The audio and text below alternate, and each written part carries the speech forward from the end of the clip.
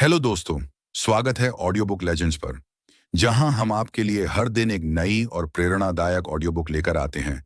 तो सब्सक्राइब कीजिए और सुनिए आज का ये खास ऑडियो बुक।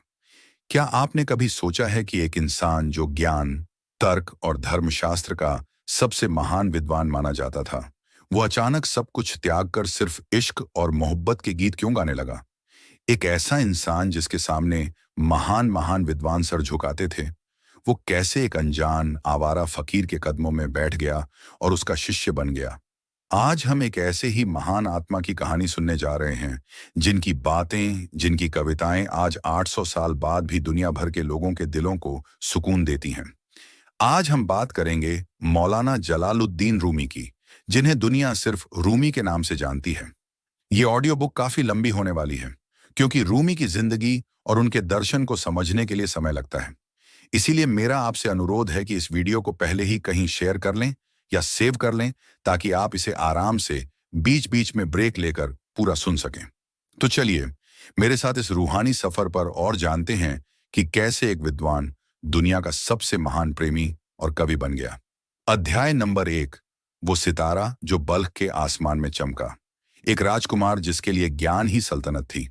आज से लगभग 800 साल पहले, सन 1207 में, आज के अफगानिस्तान के बल्ख शहर में एक बच्चे ने जन्म लिया। उस वक्त किसे पता था कि यह बच्चा महान होकर दुनिया को मोहब्बत का एक ऐसा फलसफा देगा जो सदियों तक लोगों के दिलों पर राज करेगा। इनका नाम रखा गया जलालुद्दीन मोहम्मद। इनके पिता बहाउद्दीन वलद अपने समय के बहुत महान विद्वान, धर्मशास्त्री और सूफी संत थे। उन्हें सुल्तान उल उलेमा यानी विद्वानों का सुल्तान कहा जाता था। आप अंदाजा लगा सकते हैं कि रूमी का बचपन ज्ञान और आध्यात्मिकता के कैसे माहौल में गुजरा होगा।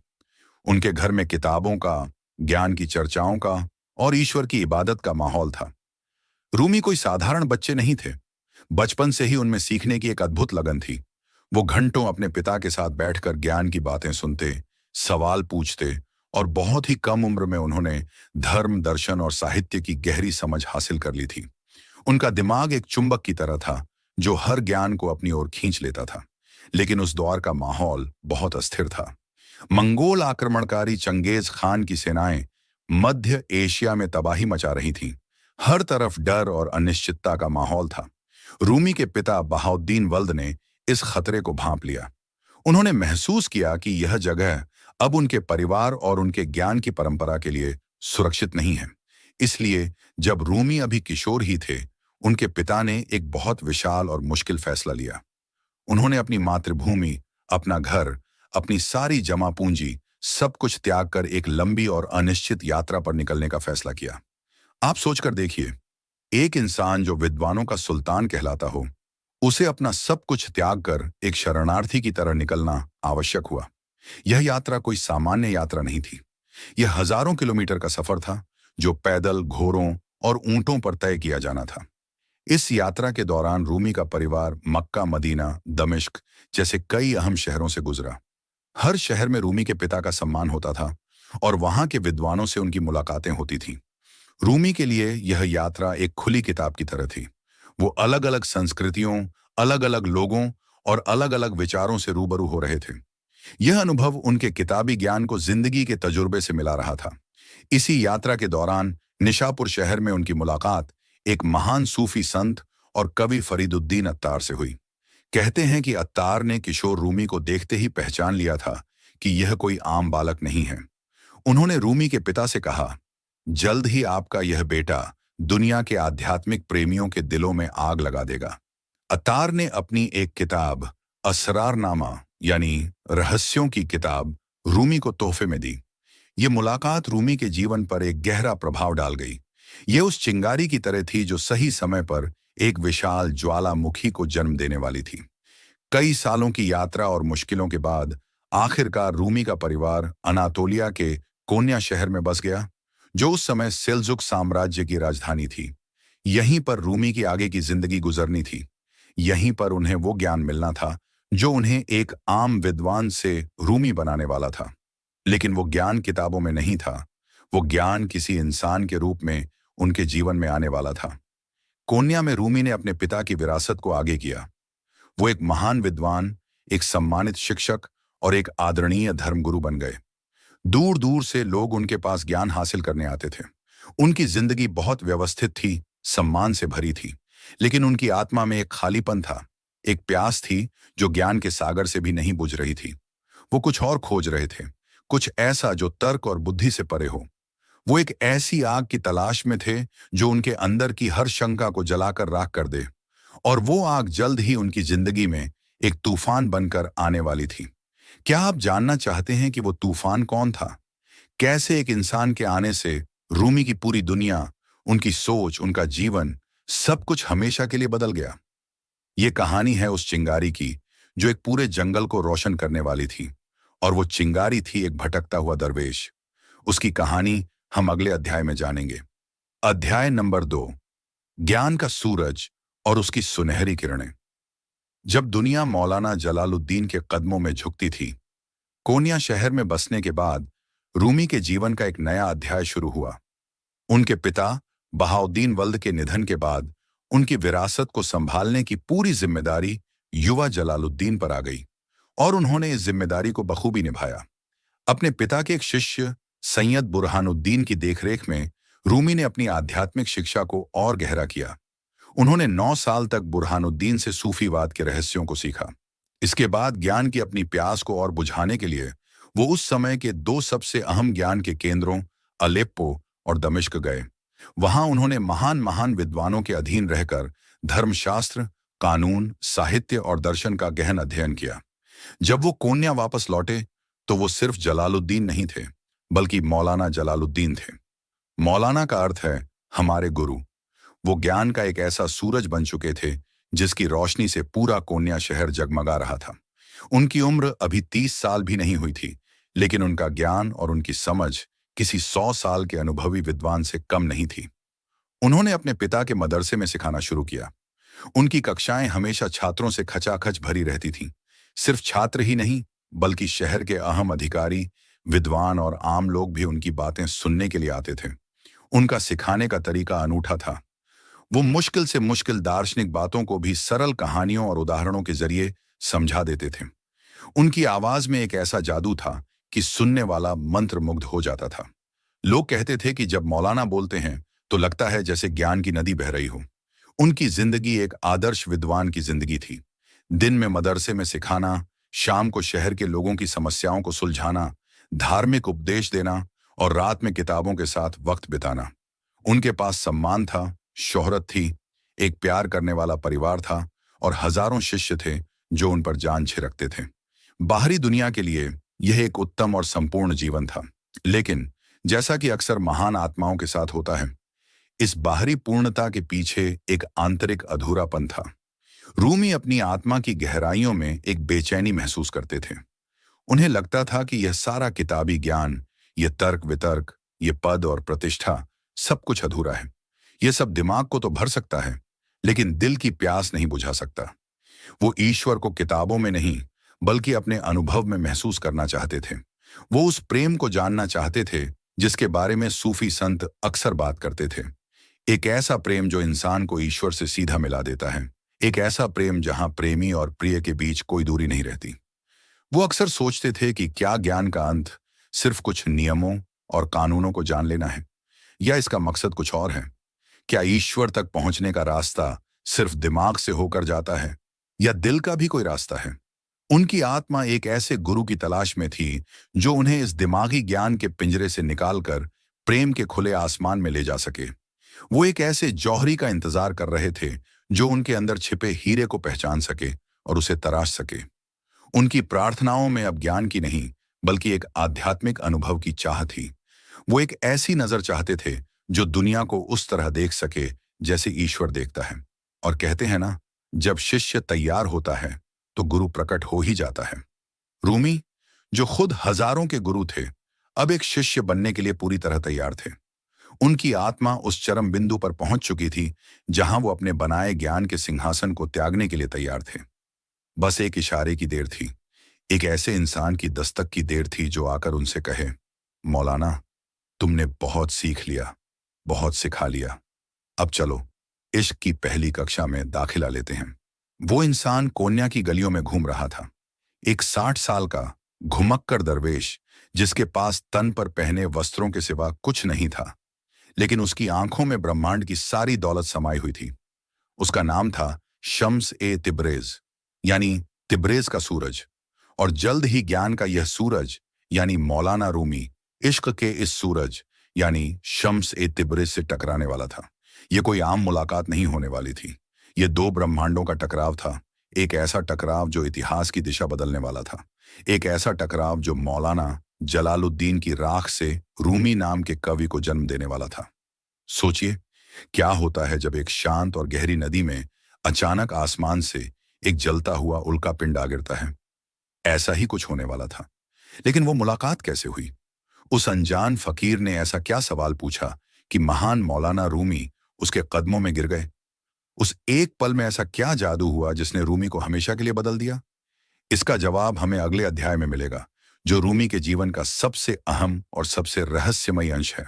अध्याय नंबर 3, सूरज से मुलाकात और रूह का जल उठना। वो एक सवाल जिसने पूरी कायनात बदल दी। वो साल 1244 की एक साधारण सी दोपहर थी। मौलाना रूमी अपने शिष्यों की भीड़ से घिरे हुए मदरसे से घर की ओर लौट रहे थे। वो अपनी ही दुनिया में मग्न थे, शायद किसी दार्शनिक सवाल पर विचार कर रहे होंगे। तभी भीड़ को चीरता हुआ एक शख्स उनके सामने आ खड़ा हुआ। उसके बाल बिखरे हुए थे, वस्त्र साधारण थे और आंखों में एक अजीब सी चमक थी। एक ऐसी चमक जो किसी आम इंसान की आंखों में नहीं होती।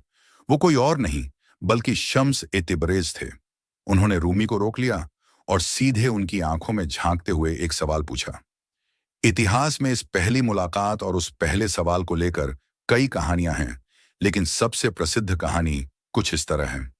शम्स ने रूमी से पूछा, ए दुनिया के महान विद्वान, मुझे एक बात बताओ, पैगंबर मोहम्मद महान थे या बायजीद बिस्तामी एक सूफी संत? यह एक बहुत ही खतरनाक और मुश्किल सवाल था। कोई भी मुसलमान पैगंबर की तुलना किसी और से करने की सोच भी नहीं सकता। रूमी के शिष्य गुस्से से भर गए कि इस अनजान फकीर की इतनी हिम्मत कैसे हुई। रूमी ने शांत रहते हुए जवाब दिया, इसमें कोई शक नहीं कि पैगंबर मोहम्मद ही महान हैं। बायजीद तो उनके अनुयायियों में से एक थे। शम्स ने मुस्कुराते हुए कहा, अगर ऐसा है तो पैगंबर ने तो कहा था, हे ईश्वर, मैं तुझे उस तरह नहीं जान पाया जैसा तुझे जानने का हक है। जबकि बायजीद बिस्तामी ने कहा, मेरी महिमा कितनी महान है, मेरे वस्त्रों के नीचे ईश्वर के सिवा कुछ नहीं है। ऐसा क्यों? यह सवाल एक तीर की तरह रूमी के दिल में उतर गया। यह कोई साधारण सवाल नहीं था। यह ज्ञान के समुद्र को एक बूंद में समेटने जैसा था। रूमी, जो हर सवाल का जवाब देने के आदी थे, इस सवाल को सुनकर सन्न रह गए। उन्होंने महसूस किया कि यह सवाल किसी किताब से नहीं आया है। यह उस इंसान के अनुभव से आया है जिसने उस सच्चाई को जिया है। रूमी नीचे उतरे और कहा जाता है कि वो वहीं बेहोश होकर गिर गए। जब उन्हें होश आया तो उनकी दुनिया बदल चुकी थी। उन्होंने शम्स की आंखों में वो गहराई देख ली थी जिसकी वो बरसों से तलाश कर रहे थे। उन्हें अपना गुरु मिल गया था। इसके बाद जो हुआ वो कोन्या के इतिहास में किसी ने नहीं देखा था। मौलाना रूमी, वो महान विद्वान जिसका एक एक पल कीमती था, उस अनजान दरवेश शम्स तिब्रेज को अपने घर ले गए। उन्होंने खुद को और शम्स को एक कमरे में बंद कर लिया। एक दिन, 2 दिन, एक हफ्ता नहीं, पूरे 40 दिनों तक वो दोनों उस कमरे से बाहर नहीं निकले। बाहर दुनिया में हाहाकार मच गया। रूमी के शिष्य परेशान थे, उनका परिवार चिंतित था, पूरा शहर हैरान था। आखिर ऐसा क्या हो रहा है उस बंद कमरे के अंदर? ये अनजान जादूगर कौन है जिसने हमारे गुरु पर ऐसा जादू कर दिया है? वो लोग जो रूमी से ज्ञान की भिक्षा मांगने आते थे, अब दरवाजे पर खड़े इंतजार कर रहे थे। मदरसे की कक्षाएं सूनी थीं। रूमी की किताबों पर धूल जम रही थी। अंदर उस कमरे में ज्ञान और तर्क की दुनिया खत्म हो रही थी और इश्क और अनुभव की एक नई दुनिया जन्म ले रही थी। शम्स रूमी के किताबी ज्ञान के महल को एक एक करके गिरा रहे थे। वो रूमी को बता रहे थे कि ईश्वर को जानने के लिए दिमाग नहीं, दिल चाहिए। उसे शब्दों में नहीं, खामोशी में ढूंढा जाता है। उसे किताबों में नहीं, अपनी आत्मा के अंदर पाया जाता है। शम्स कोई उपदेश नहीं दे रहे थे, वो बस अपनी मौजूदगी से रूमी को बदल रहे थे। वो एक आईना थे जिसमें रूमी अपनी असली आत्मा को देख पा रहे थे। 40 दिनों बाद जब उस कमरे का दरवाजा खुला तो जो इंसान बाहर निकला वो मौलाना जलालुद्दीन नहीं था। वो एक प्रेमी था, एक दीवाना था। उसकी आंखों में दुनिया के लिए नहीं, बल्कि अपने प्रियतम के लिए एक अजीब सी कशिश थी। उन्होंने अपनी महंगी विद्वानों वाली पोशाक उतार दी और एक साधारण दरवेश का लिबास पहन लिया। उन्होंने उपदेश देना बंद कर दिया और संगीत सुनना और नाचना शुरू कर दिया, जिसे उस समय के कट्टरपंथी अच्छा नहीं मानते थे। रूमी पूरी तरह से बदल चुके थे। उन्होंने अपनी सारी किताबें, अपनी पूरी लाइब्रेरी, जो उनकी जिंदगी भर की कमाई थी, उसे कुएं में फेंक देने का आदेश दिया। जब एक शिष्य ने हैरानी से पूछा, गुरुवर, ये आप क्या कर रहे हैं? तो रूमी ने जवाब दिया, अब हमें इनकी जरूरत नहीं है। जिस ज्ञान को हम इन कागजों में खोज रहे थे, वो तो हमारे अंदर ही मौजूद है। यह बदलाव किसी के लिए भी स्वीकार करना आसान नहीं था। रूमी के शिष्यों को लगा कि शम्स ने उन पर कोई काला जादू कर दिया है।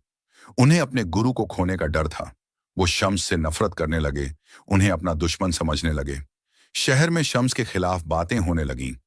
लोगों की यह नफरत और जलन एक ऐसे स्तर पर पहुंचने वाली थी जो रूमी और शम्स के रिश्ते को एक दर्दनाक अंत की ओर ले जाएगी। क्या हुआ जब रूमी के अपने ही शिष्य उनके गुरु के दुश्मन बन गए? लोगों की नफरत का शम्स पर क्या असर हुआ? और कैसे यह दिव्य प्रेम कहानी एक त्रासदी में बदलने वाली थी? यह दर्द और जुदाई की दास्तां हम अगले अध्याय में सुनेंगे। अध्याय नंबर 4, दो जिस्म एक जान का वो फसाना। जब इश्क की आग से जल उठा जमाना। जब रूमी शम्स के रंग में पूरी तरह रंग गए, तो कोन्या शहर में एक अजीब सी बेचैनी फैल गई। रूमी के शिष्य, जो अपने गुरु को एक ऊंचे सिंहासन पर देखने के आदी थे, उन्हें एक अनजान दरवेश के पीछे दीवानों की तरह घूमते देख बर्दाश्त नहीं कर पा रहे थे। उन्हें लगता था कि शम्स ने उनके गुरु को उनसे छीन लिया है। पहले जो महफिलें रूमी के ज्ञान की बातों से सजती थीं, अब वहां संगीत, कविता और समा यानी ध्यान में घूमकर नाचने का माहौल होता था। ये सब उन लोगों के लिए बिल्कुल नया और अस्वीकार्य था। रूमी के सबसे अहम बेटे सुल्तान वलद तक अपने पिता के इस बदलाव से चिंतित थे। शिष्यों के बीच कानाफूसी होने लगी। वो शम्स को एक धोखेबाज, एक जादूगर कहने लगे। वो अफवाहें फैलाने लगे कि शम्स ने मौलाना को अपने वश में कर लिया है। उनकी ईर्ष्या और नफरत दिन ब दिन अधिक होती जा रही थी। वो भूल गए थे कि जिस गुरु की वो इतनी इज्जत करते हैं, वो कोई बच्चा नहीं है जिसे कोई भी बहका सके।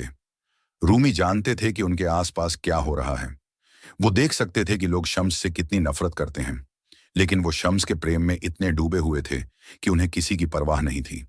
उनके लिए शम्स सिर्फ एक दोस्त या गुरु नहीं थे, वो ईश्वर का वो रूप थे जिसे वो छू सकते थे, जिससे वो बात कर सकते थे। शम्स वो आईना थे जिसमें रूमी को अपना असली चेहरा दिखता था। दोनों घंटों साथ बिताते, ऐसी बातें करते जिन्हें कोई और समझ नहीं सकता था। वो खामोशी में भी एक दूसरे से बात कर लेते थे। ये दोस्ती, ये प्रेम दुनिया की समझ से परे था।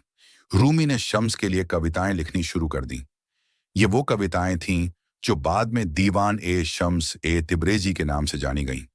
इन कविताओं में रूमी ने अपने दिल का सारा दर्द, सारी खुशी, सारी चाह और सारा इश्क उंडेल दिया। वो अब एक विद्वान नहीं, एक कवि बन चुके थे। शम्स ने रूमी के अंदर के सोए हुए कलाकार को जगा दिया था। लेकिन जैसे जैसे रूमी और शम्स का प्रेम गहरा होता गया, वैसे वैसे लोगों की नफरत भी अधिक होती गई। अब उन्हें सीधी सीधी धमकियां मिलने लगीं। शम्स एक आजाद पंछी की तरह थे। उन्हें यह बंधा हुआ और नफरत भरा माहौल पसंद नहीं आ रहा था। वो देख रहे थे कि उनकी वजह से रूमी को कितनी परेशानी हो रही है। एक दिन बिना किसी को कुछ बताए शम्स अचानक कोन्या त्याग कर चले गए। वो बस गायब हो गए। जब रूमी को यह पता चला, तो उन पर जैसे एक विशाल पर्वत टूट गया। वो शम्स के बिना एक पल भी नहीं रह सकते थे। उनके लिए दुनिया सूनी हो गई। वो पागलों की तरह शम्स को खोजने लगे। उनकी हालत देखकर उनके शिष्यों को अपनी गलती का एहसास हुआ। उन्होंने देखा कि उन्होंने शम्स को नहीं, बल्कि अपने गुरु की खुशी को उनसे छीन लिया है। रूमी का दर्द इतना गहरा था कि वो कविता में बदलने लगा। उनकी जुदाई की पीड़ा खूबसूरत शब्दों में ढलकर बाहर आने लगी। उन्होंने अपने बेटे सुल्तान वल्द को शम्स को खोजने के लिए भेजा।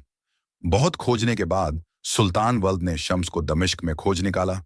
उन्होंने शम्स से माफी मांगी और उनसे वापस कोन्या चलने की विनती की। शम्स रूमी के प्रेम के आगे मजबूर होकर वापस आ गए। जब शम्स वापस कोन्या लौटे, तो रूमी की खुशी का ठिकाना नहीं रहा। ऐसा लगा जैसे उनकी आत्मा उनके शरीर में वापस आ गई हो। कुछ समय के लिए सब कुछ ठीक हो गया। रूमी ने शम्स का सम्मान बनाए रखने के लिए उनकी शादी अपनी एक मुंहबोली बेटी कीमिया खातून से करवा दी। उन्हें लगा कि शायद अब लोग शम्स को स्वीकार कर लेंगे, लेकिन ऐसा नहीं हुआ।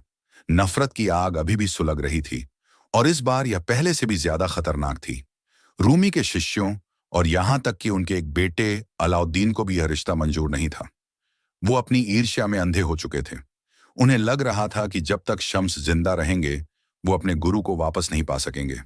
और फिर एक रात वो हुआ जिसका किसी ने सोचा भी नहीं था। एक ऐसी घटना घटी जिसने रूमी को हमेशा के लिए समाप्त कर दिया, लेकिन साथ ही उन्हें अमर भी बना दिया। उस रात के बाद शम्स तिब्रेज को फिर कभी किसी ने नहीं देखा। आखिर उस रात ऐसा क्या हुआ था? शम्स कहाँ चले गए? क्या उन्हें मार दिया गया था? और इस घटना ने रूमी के जीवन पर क्या असर डाला? कैसे इस सबसे विशाल त्रासदी ने दुनिया की सबसे महान कविता को जन्म दिया? इन सवालों के जवाब हमें अगले अध्याय में मिलेंगे, जो दर्द, रहस्य और एक अंतहीन तलाश की कहानी है। अध्याय नंबर 5। बिछड़ गया मेरा यार, अब किसे सुनाऊं दिल की पुकार। जब जुदाई की आग ने रूमी को शायर बना दिया, शम्स तिब्रेज का दूसरी बार गायब होना पहले से कहीं ज्यादा रहस्यमयी और दर्दनाक था। एक रात वो रूमी के साथ बैठे थे, तभी किसी ने दरवाजा खटखटाया और उन्हें बाहर बुलाया। शम्स बाहर गए और फिर कभी लौटकर नहीं आए। किसी ने उन्हें जाते हुए नहीं देखा, किसी को उनका कोई सुराग नहीं मिला। वो जैसे हवा में गायब हो गए। ज्यादातर इतिहासकारों का मानना है कि उस रात रूमी के ईर्ष्यालु शिष्यों और उनके बेटे अलाउद्दीन ने मिलकर शम्स की हत्या कर दी और उनके शरीर को एक कुएं में डाल दिया। लेकिन यह बात कभी साबित नहीं हो सकी। रूमी के लिए यह खबर एक कयामत की तरह थी। उन्हें विश्वास ही नहीं हुआ कि उनका सूरज, उनका प्रियतम, अब इस दुनिया में नहीं है। पहले तो उन्होंने इस बात को मानने से ही इनकार कर दिया। उन्हें लगा कि शम्स फिर से नाराज होकर कहीं चले गए हैं और वो उन्हें खोज लाएंगे। उन्होंने फिर से शम्स की तलाश शुरू की। वो कोन्या की गलियों में, बाजारों में, हर जगह शम्स का नाम पुकारते हुए घूमते रहते। लोग उन्हें देखकर हैरान होते। वो महान मौलाना अब एक प्रेमी की तरह अपनी महबूबा को खोज रहे थे। उन्होंने 2 बार दमिश्क की यात्रा की, क्योंकि उन्हें उम्मीद थी कि शम्स वहीं मिलेंगे, लेकिन शम्स कहीं नहीं थे। धीरे धीरे रूमी को इस कड़वी सच्चाई को स्वीकार करना आवश्यक हुआ कि शम्स अब कभी वापस नहीं आएंगे। यह एहसास उनके लिए किसी भी मौत से ज्यादा तकलीफदेह था। उनका दिल समाप्त हो चुका था, लेकिन इस समाप्त हुए दिल से जो आवाज निकली वो कविता थी। शम्स की जुदाई की आग ने रूमी के अंदर की सारी खामोशी को जला दिया और उनके अंदर से शायरी का एक लावा फूट गया। वो अब हर चीज में शम्स को देखने लगे। हवा में, पानी में, सूरज की रोशनी में, नाचते हुए दरवेशों में, हर जगह उन्हें शम्स ही नजर आते। उन्होंने कहा, मैं कौन हूं? मैं खुद की तलाश में हूं। यह तलाश असल में शम्स की ही तलाश थी। रूमी ने महसूस किया कि शम्स का शरीर भले ही चला गया हो, लेकिन उनकी आत्मा, उनका प्रेम अब रूमी के अंदर ही बस गया है। वो अब शम्स से जुदा नहीं थे, बल्कि वो खुद शम्स बन गए थे। उन्होंने कहा, तुम सोचते हो कि तुम जिंदा हो क्योंकि तुम्हारे अंदर आत्मा है, लेकिन मैं कहता हूं कि तुम जिंदा हो क्योंकि तुम किसी के प्रेम में हो। रूमी का सारा दर्द, सारी चाह, उनके प्रेम की सारी गहराई अब शब्दों का रूप लेकर बहने लगी। वो चलते फिरते, उठते बैठते, हर समय कविताएं कहने लगे। उनकी हालत ऐसी हो गई थी कि वो किसी भी धुन या आवाज को सुनकर नाचने लगते और उनके मुंह से शेर निकलने लगते। उनके एक शिष्य हुसामुद्दीन चेलेबी इन कविताओं को लिखते जाते। इसी दर्द और प्रेम के संगम से रूमी की सबसे महान कृति मसनवी का जन्म हुआ। मसनवी को फारसी भाषा का कुरान भी कहा जाता है। यह लगभग 26,000 शेरों का एक विशाल संग्रह है, जिसमें कहानियों, दंत कथाओं और उपदेशों के माध्यम से सूफी दर्शन के गहरे रहस्यों को समझाया गया है। रूमी ने अपनी कविताओं में शम्स का नाम इस तरह इस्तेमाल किया जैसे वो खुद शम्स हों। उन्होंने अपने तखल्लुस यानी उपनाम के तौर पर खामोश शब्द का इस्तेमाल किया, क्योंकि उनका मानना था कि असली प्रेम को शब्दों में बयां नहीं किया जा सकता, उसे सिर्फ महसूस किया जा सकता है। शम्स की भौतिक अनुपस्थिति ने रूमी को एक ऐसी आध्यात्मिक ऊंचाई पर पहुंचा दिया था जहां वो हर इंसान में, हर कण में उसी दिव्य प्रेम को देखने लगे थे। उन्होंने सिखाया कि सच्चा गुरु बाहर नहीं, तुम्हारे अंदर ही है। शम्स ने उन्हें जो आईना दिखाया था, अब रूमी खुद वो आईना बन गए थे जिसमें पूरी दुनिया अपने असली रूप को देख सकती थी। उनकी जुदाई एक अंत नहीं, बल्कि एक नई और अनंत शुरुआत थी। यह उस बीज के मरने जैसा था जिससे एक विशाल वृक्ष उगता है। शम्स का जाना जरूरी था ताकि रूमी रूमी बन सकें। लेकिन रूमी ने अपनी इस महान कृति मसनवी में आखिर लिखा क्या है? उनके दर्शन का मूल सार क्या है? वो कौन सी बातें हैं जो आज 800 साल बाद भी लोगों को अपनी ओर खींचती हैं? कैसे उन्होंने प्रेम, जीवन, मृत्यु और ईश्वर के रहस्यों को इतनी सरल भाषा में समझाया? अब हम रूमी के जीवन की घटनाओं से आगे जाकर उनके दर्शन की गहराइयों में उतरेंगे और जानेंगे उनके प्रेम के उस रास्ते के बारे में जो सीधा ईश्वर तक जाता है। अगले अध्याय में हम रूमी के फलसफे के दिल में झांकेंगे। अध्याय नंबर 6, कागज, कलम और दिल की स्याही। जब दर्द से जन्मी दुनिया की सबसे महान कविता मसनवी। शम्स से तिब्रेज के जाने के बाद रूमी का जीवन एक कविता बन गया था। वो अब उपदेश नहीं देते थे, वो जीते थे, और उनका जीना ही एक कविता थी। उनके शिष्य हुस्सामुद्दीन चेलेबी ने उनके इस बिखरे हुए दर्द और प्रेम को एक धागे में पिरोने का काम किया।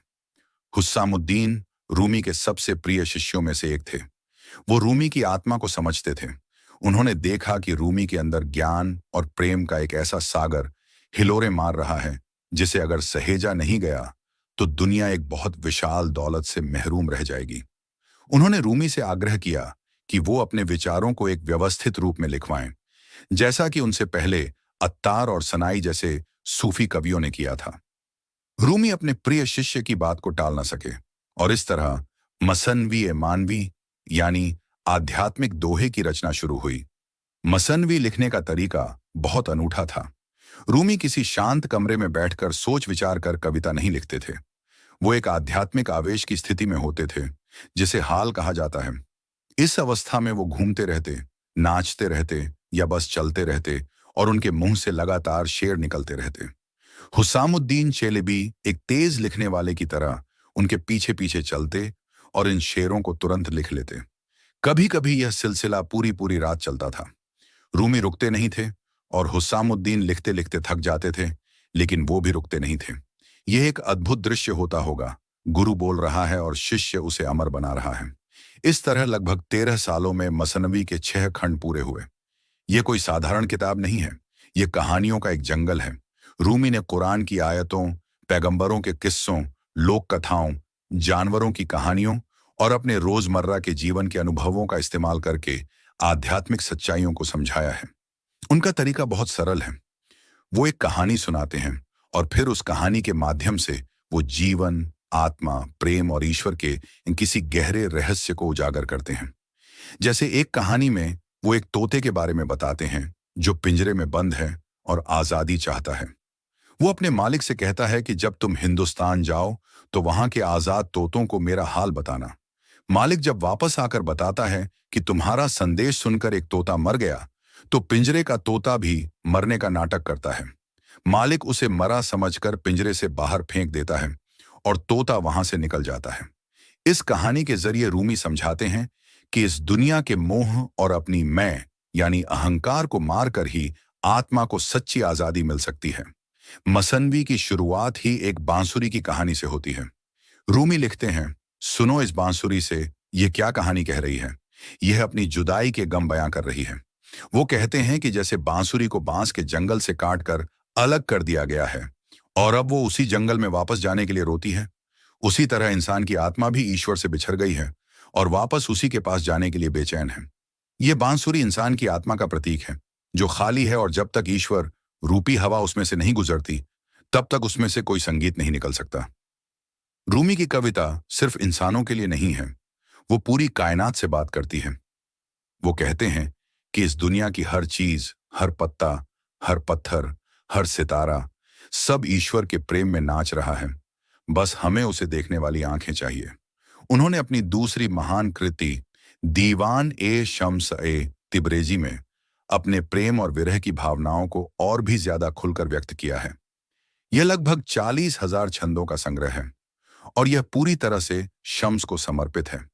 इसमें रूमी एक विद्वान की तरह नहीं, बल्कि एक दीवाने प्रेमी की तरह बात करते हैं। वो नाचते हैं, गाते हैं, शिकायत करते हैं और अपने प्रियतम के लिए बेचैन रहते हैं। ये कविताएं सीखकर ऐसा लगता है जैसे आप किसी के दिल की धड़कनों को सुन रहे हैं। रूमी की भाषा बहुत सीधी और असरदार है। वो मुश्किल शब्दों का इस्तेमाल नहीं करते, बल्कि दिल से निकली हुई बात कहते हैं जो सीधे दिल तक पहुंचती है। यही वजह है कि उनकी कविताएं किसी एक धर्म या देश तक सीमित नहीं रहीं। उन्होंने मजहब की दीवारों को समाप्त करके इंसानियत और प्रेम का संदेश दिया। लेकिन असल में उनके दर्शन का सार क्या था? वो कौन सी मुख्य बातें थीं जो वो दुनिया को सिखाना चाहते थे? इश्क, प्रेम, मोहब्बत, इन शब्दों का रूमी के लिए क्या मतलब था? अगले अध्याय में हम रूमी के दर्शन के केंद्र में प्रवेश करेंगे और उनके प्रेम के मार्ग को समझने की कोशिश करेंगे। अध्याय नंबर 7, इश्क का वो रास्ता जो सीधा खुदा तक जाता है। रूमी की नजर से प्रेम का असली मतलब। रूमी के दर्शन का केंद्र, उसका दिल, एक ही शब्द है, इश्क। लेकिन रूमी का इश्क वो नहीं है जिसे हम आमतौर पर समझते हैं। यह किसी एक इंसान से दूसरे इंसान का लगाव या आकर्षण मात्र नहीं है। रूमी के लिए इश्क वो दिव्य शक्ति है जिसने पूरे ब्रह्मांड को बनाया है और जो इसे चला रही है। यह वो कशिश है जो हर जर्रे को उसके मूल स्रोत यानी ईश्वर की ओर खींच रही है। रूमी कहते हैं कि इंसान की जिंदगी का एकमात्र मकसद इसी दिव्य इश्क को पाना है, इसे महसूस करना है और अंत में इसी में विलीन हो जाना है। रूमी दो तरह के इश्क की बात करते हैं। पहला है इश्क ए मजाजी यानी सांसारिक प्रेम, जो हम इंसानों, चीजों या दुनिया से करते हैं। और दूसरा है इश्क ए हकीकी यानी सच्चा, दिव्य प्रेम जो हम ईश्वर से करते हैं। रूमी कहते हैं कि इश्क ए मजाजी गलत नहीं है, बल्कि यह इश्क ए हकीकी तक पहुंचने की पहली सीढ़ी है। जब आप किसी इंसान से बेपनाह मोहब्बत करते हैं तो आप अपनी मैं को, अपने अहंकार को उसके लिए कुर्बान कर देते हैं। आप उसकी खुशी में खुश होते हैं, उसके गम में दुखी होते हैं। यह आपको स्वार्थ से निस्वार्थ की ओर ले जाता है। रूमी के लिए शम्स तिब्रेज वही इश्क के मजाजी का जरिया थे जिन्होंने उन्हें इश्क के हकीकी का रास्ता दिखाया। शम्स के प्रेम ने रूमी के अहंकार को पूरी तरह से नष्ट कर दिया और उनके दिल के दरवाजे को उस दिव्य प्रेम के लिए खोल दिया। रूमी का मानना था कि ईश्वर तक पहुंचने के दो रास्ते हैं। एक है बुद्धि और तर्क का रास्ता, जो बहुत लंबा और मुश्किल है। यह रास्ता आपको ईश्वर के बारे में बताता है। दूसरा रास्ता है इश्क और दिल का। यह रास्ता छोटा और सीधा है। यह आपको ईश्वर के बारे में बताता नहीं, बल्कि आपको ईश्वर का अनुभव कराता है। वो कहते हैं, तर्क तुम्हें एक जगह से दूसरी जगह ले जा सकता है, लेकिन इश्क तुम्हें पूरी कायनात की सैर करा सकता है। रूमी के दर्शन का दूसरा महत्वपूर्ण सिद्धांत है वहदत अल वजूद यानी अस्तित्व की एकता। इसका मतलब है कि इस दुनिया में जो कुछ भी मौजूद है वो सब एक ही सच्चाई, एक ही ईश्वर का रूप है। हम सब उस एक ही समंदर की अलग अलग लहरें हैं। धर्म, जाति, रंग, देश के नाम पर जो भेद हमने बना रखे हैं वो सब एक भ्रम है। जब इंसान को यह ज्ञान हो जाता है तो उसके दिल से नफरत, ईर्ष्या और भेदभाव खत्म हो जाता है। उसे हर इंसान में, हर जीव में, हर चीज में वही एक ईश्वर नजर आने लगता है। इसीलिए रूमी कहते हैं, तुम समंदर में एक बूंद नहीं हो, तुम एक बूंद में पूरा समंदर हो। उनका संदेश था कि ईश्वर को खोजने के लिए कहीं बाहर जाने की जरूरत नहीं है, वो तुम्हारे अंदर ही मौजूद है। मंदिर, मस्जिद, चर्च या किसी और पूजा स्थल में उसे खोजना व्यर्थ है अगर तुमने उसे अपने दिल में नहीं पाया। उनका एक बहुत मशहूर शेर है, मैं काबा और बुतखाने में उसे खोजता रहा, लेकिन वो तो मुझे मेरे ही दिल के अंदर मिला। रूमी के लिए धर्म का मतलब कुछ रस्में या कर्मकांड नहीं था, बल्कि प्रेम था। उन्होंने कहा, मेरा मजहब प्रेम है। वो किसी भी तरह की कट्टरता के खिलाफ थे। वो कहते थे कि हर धर्म एक ही मंजिल तक पहुंचने का अलग अलग रास्ता है। कोई भी रास्ता दूसरे से बेहतर या बदतर नहीं है। अहम यह है कि आप उस रास्ते पर कितनी ईमानदारी और प्रेम से चल रहे हैं। उन्होंने हमें सिखाया कि अपनी कमियों और घावों को छुपाना नहीं चाहिए। वो कहते हैं, तुम्हारे अंदर जो घाव है, रोशनी वहीं से तुम्हारे अंदर दाखिल होती है। इसका मतलब है कि हमारे दुख, हमारी तकलीफें और हमारी गलतियां ही हमें मजबूत बनाती हैं और हमें आध्यात्मिक विकास का अवसर देती हैं। लेकिन हम आज की इस भागम भाग भरी जिंदगी में रूमी की इन 800 साल पुरानी बातों को कैसे लागू कर सकते हैं? क्या उनके दर्शन आज भी उतने ही प्रासंगिक हैं? कैसे हम अपने रोजमर्रा के तनाव, अकेलेपन और अर्थहीनता की भावना को रूमी की शिक्षाओं से दूर कर सकते हैं। अगले अध्याय में हम रूमी के ज्ञान को अपनी आधुनिक जिंदगी की कसौटी पर कसेंगे और देखेंगे कि उनकी बातें हमारे लिए कितनी उपयोगी हैं। अध्याय नंबर 8, 800 साल पुरानी बातें और आज की उलझी जिंदगी। रूमी के नुस्खे मॉडर्न दुनिया की परेशानियों के लिए। आज की दुनिया में हम सब एक अजीब सी दौर में शामिल हैं। पैसा, सफलता, शोहरत पाने की दौर। इस दौर में हम अक्सर खुद को अकेला, थका हुआ और तनाव से भरा हुआ पाते हैं। हमें लगता है कि हमारी जिंदगी का कोई गहरा मतलब नहीं है। ऐसे में रूमी की शिक्षाएं एक ठंडे झरने की तरह हैं, जो हमारी थकी हुई आत्मा को सुकून दे सकती हैं। चलिए देखते हैं कि रूमी के दर्शन को हम अपनी रोजमर्रा की जिंदगी में कैसे अपना सकते हैं। सबसे पहले रूमी हमें सिखाते हैं वर्तमान में जीना। हम अक्सर या तो अपने अतीत के पछतावे में जीते हैं या भविष्य की चिंताओं में खोए रहते हैं। इस वजह से हम अभी के पल को जीना भूल जाते हैं। रूमी कहते हैं, अतीत और भविष्य ईश्वर से हमारा पर्दा करते हैं। दोनों को आग लगा दो। कितना समय तुम इन दोनों के बीच बर्बाद करोगे? इसका मतलब है कि हमें हर पल को पूरी जागरूकता और प्रेम के साथ जीना चाहिए। जब आप अपना काम कर रहे हों तो बस वही करें। जब आप अपने परिवार के साथ हों तो अपना पूरा ध्यान उन्हें दें। यही सच्चा ध्यान है। अगर आप अपने जीवन में किसी भी पल को पूरी तरह से जी पाते हैं तो कमेंट्स में वर्तमान लिखकर हमें जरूर बताएं। दूसरी बात जो रूमी हमें सिखाते हैं वो है आत्म प्रेम, यानी खुद से मोहब्बत करना। हम अक्सर दूसरों को खुश करने में या दूसरों की नजरों में अच्छा बनने की कोशिश में खुद को भूल जाते हैं। हम अपनी कमियों से नफरत करते हैं और खुद को कोसते हैं। रूमी कहते हैं, तुम्हारा काम प्रेम को खोजना नहीं है, बल्कि केवल अपने भीतर उन सभी बाधाओं को खोजना है जो तुमने उसके खिलाफ बना रखी हैं। इसका मतलब है कि प्रेम हमारे अंदर ही है। हमें बस अपनी नकारात्मक सोच और असुरक्षा की दीवारों को गिराना है। खुद को वैसे ही स्वीकार करें जैसे आप हैं, अपनी सारी खूबियों और खामियों के साथ। जब आप खुद से प्यार करना सीखेंगे, तभी आप दूसरों से सच्चा प्यार कर पाएंगे। तीसरी महत्वपूर्ण शिक्षा है बदलाव को स्वीकार करना। जिंदगी कभी भी एक जैसी नहीं रहती। इसमें सुख दुख, सफलता असफलता सब आते जाते रहते हैं। हम अक्सर बदलाव से डरते हैं और पुरानी चीजों से चिपके रहना चाहते हैं। रूमी कहते हैं, गमगीन मत हो। जो कुछ भी तुम खोते हो वह किसी दूसरे रूप में वापस आ जाता है। वो हमें सिखाते हैं कि हर अंत एक नई शुरुआत का संकेत है। जीवन की हर चुनौती हमें कुछ सिखाने आती है। हमें मुश्किलों से भागना नहीं चाहिए, बल्कि उनका सामना करना चाहिए और उनसे सीखना चाहिए। चौथी बात है अपने जुनून को खोजना। रूमी का मानना था कि हर इंसान इस दुनिया में एक खास मकसद के साथ आया है। हमें उस काम को खोजना चाहिए जिसे करने में हमें सबसे ज्यादा खुशी मिलती है, जो हमारी आत्मा को आवाज देता है। वो कहते हैं, हर किसी को एक खास काम के लिए बनाया गया है और उस काम की इच्छा हर दिल में डाल दी गई है। जब आप वो काम करते हैं जिससे आप प्यार करते हैं, तो वो काम नहीं रहता, इबादत बन जाता है। इससे आपकी जिंदगी में एक नया अर्थ और उत्साह भर जाता है। और सबसे आखिर में रूमी हमें आभार यानी शुक्रगुजार होने की कला सिखाते हैं।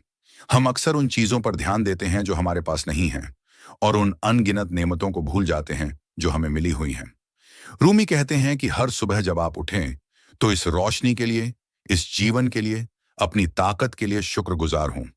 आभार का भाव हमारे नजरिए को नकारात्मक से सकारात्मक बना देता है और हमारे जीवन में और ज्यादा खुशियों को आकर्षित करता है। रूमी की ये बातें किसी किताबी ज्ञान की तरह नहीं हैं, बल्कि ये जीवन जीने के व्यावहारिक तरीके हैं।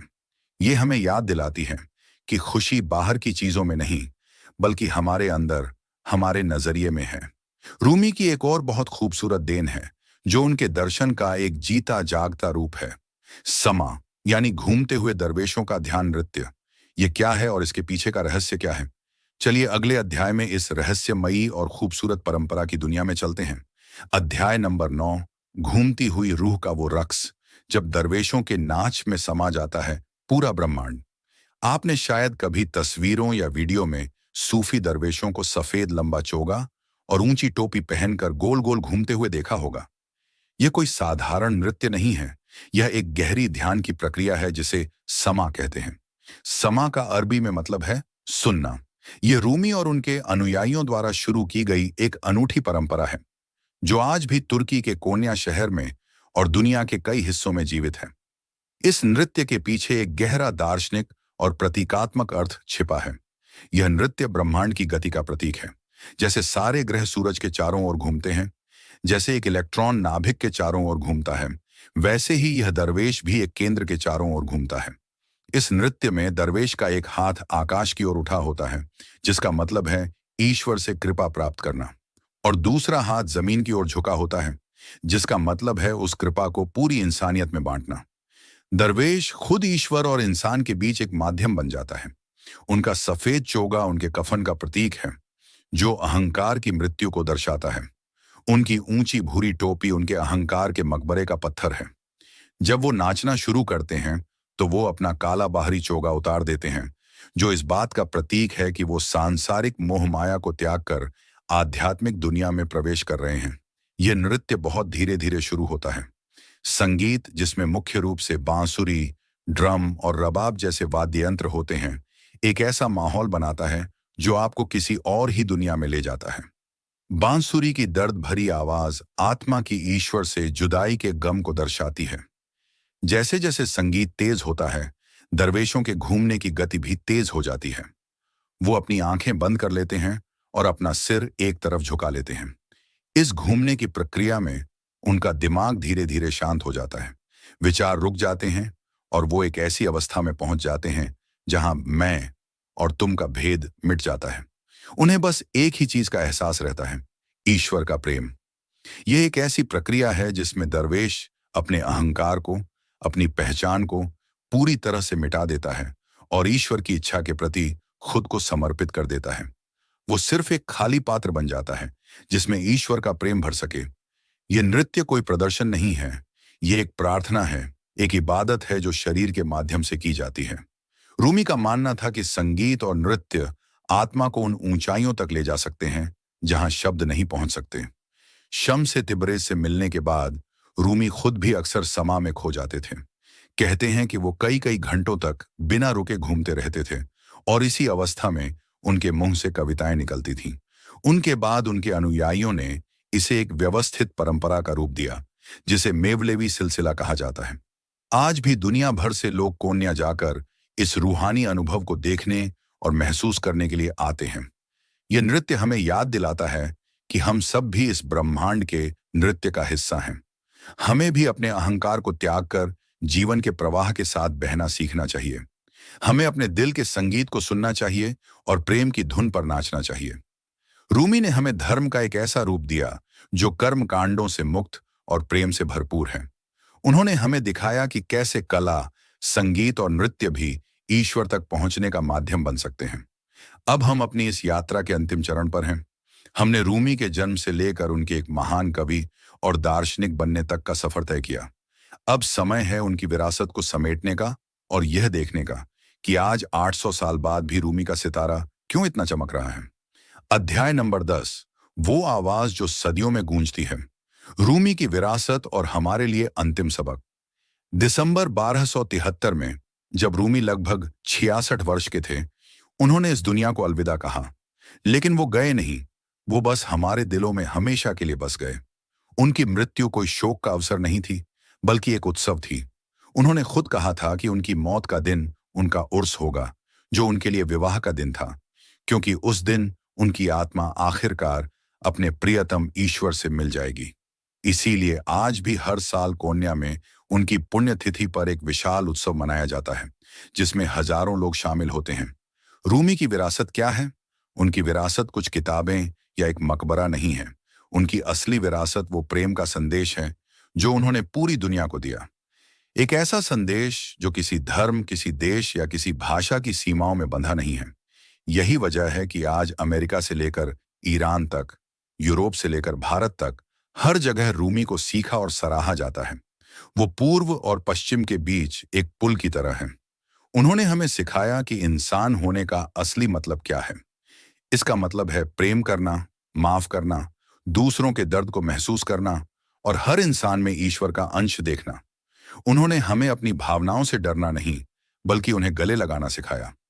उन्होंने बताया कि हमारा दर्द, हमारी बेचैनी, हमारी कमजोरियां ही हमारी सबसे विशाल ताकत बन सकती हैं, अगर हम उन्हें सही दिशा दें। रूमी का जीवन हमें यह भी सिखाता है कि सच्चा बदलाव अंदर से आता है। वो एक सफल और सम्मानित विद्वान थे, लेकिन उन्होंने अपनी आत्मा की आवाज सुनी और सब कुछ त्यागने का साहस दिखाया। उन्होंने हमें सिखाया कि जिंदगी में सबसे विशाल खतरा है कोई खतरा न लेना। हमें अपने आराम के दायरे से बाहर निकलना होगा, तभी हम अपने असली स्वरूप को पा सकते हैं। उनकी कहानी हमें यह भी याद दिलाती है कि एक सच्चा गुरु आपकी जिंदगी को कैसे बदल सकता है। शम्स ए तिब्रेज ने रूमी को कोई नया ज्ञान नहीं दिया। उन्होंने बस रूमी के अंदर पहले से मौजूद ज्ञान और प्रेम को बाहर निकाला। एक सच्चा गुरु आपको जवाब नहीं देता, वो आपको सही सवाल पूछना सिखाता है। अंत में रूमी की सबसे अहम सीख यही है कि जीवन का अंतिम लक्ष्य प्रेम है। हर चीज प्रेम से शुरू होती है और प्रेम पर ही खत्म होती है। अगर हम अपने दिल में प्रेम को जगा लें, तो हम न सिर्फ अपनी जिंदगी को बल्कि पूरी दुनिया को बदल सकते हैं। तो जब भी आप खुद को अकेला, दुखी या भटका हुआ महसूस करें, तो रूमी की कुछ पंक्तियां सीखें। उनकी आवाज सदियों को पार करती हुई आपके दिल तक पहुंचेगी और आपको याद दिलाएगी कि आप अकेले नहीं हैं। आप उस दिव्य प्रेम का हिस्सा हैं जो पूरी कायनात को चला रहा है। तुम यहां मेहमान हो। इस घर को जाने दो, इसे जलने दो। जो तुम चाहते हो वो कहीं और है। रूमी के ये शब्द हमें याद दिलाते हैं कि यह दुनिया एक सराय है और हमारी असली मंजिल कहीं और है, उस दिव्य प्रेम के आगोश में। तो दोस्तों, ये थी मौलाना जलालुद्दीन रूमी की कहानी, एक विद्वान से एक प्रेमी बनने की कहानी। मुझे उम्मीद है कि इस सफर ने आपके दिल को छुआ होगा और आपको जीवन को एक नए नजरिए से देखने की प्रेरणा दी होगी। रूमी की शिक्षाएं एक गहरे समंदर की तरह हैं। हमने तो बस उसकी सतह पर कुछ बूंदों को छका है। मैं आपसे आग्रह करूंगा कि आप रूमी को और सीखें और उनकी दुनिया में और गहरे उतरें। आपका इस ऑडियो बुक को पूरा सुनने के लिए बहुत बहुत धन्यवाद। अगर आपको रूमी की इस यात्रा ने छुआ है और उनकी कोई बात आपके दिल में घर कर गई है, तो इस ऑडियो बुक को लाइक जरूर करें। यह हमें आपके लिए ऐसी ही और प्रेरणादायक कहानियां लाने के लिए प्रोत्साहित करता है। कमेंट्स में हमें बताएं कि आपको रूमी की कौन सी बात या कौन सी शिक्षा सबसे अच्छी लगी। हमें आपके विचार जानकर बहुत खुशी होगी। और हाँ, अगर आप ऑडियो बुक लेजेंड्स पर नए हैं और भविष्य में भी ऐसी ही ज्ञानवर्धक ऑडियो बुक सुनना चाहते हैं, तो चैनल को सब्सक्राइब करना ना भूलें और उस घंटी वाले आइकॉन को भी दबा दें, ताकि हमारी कोई भी नई ऑडियो बुक आपसे छूट ना जाए। मिलते हैं अगली ऑडियो बुक में एक नई कहानी और एक नई प्रेरणा के साथ। तब तक अपना ख्याल रखें और प्रेम बांटते रहें। धन्यवाद।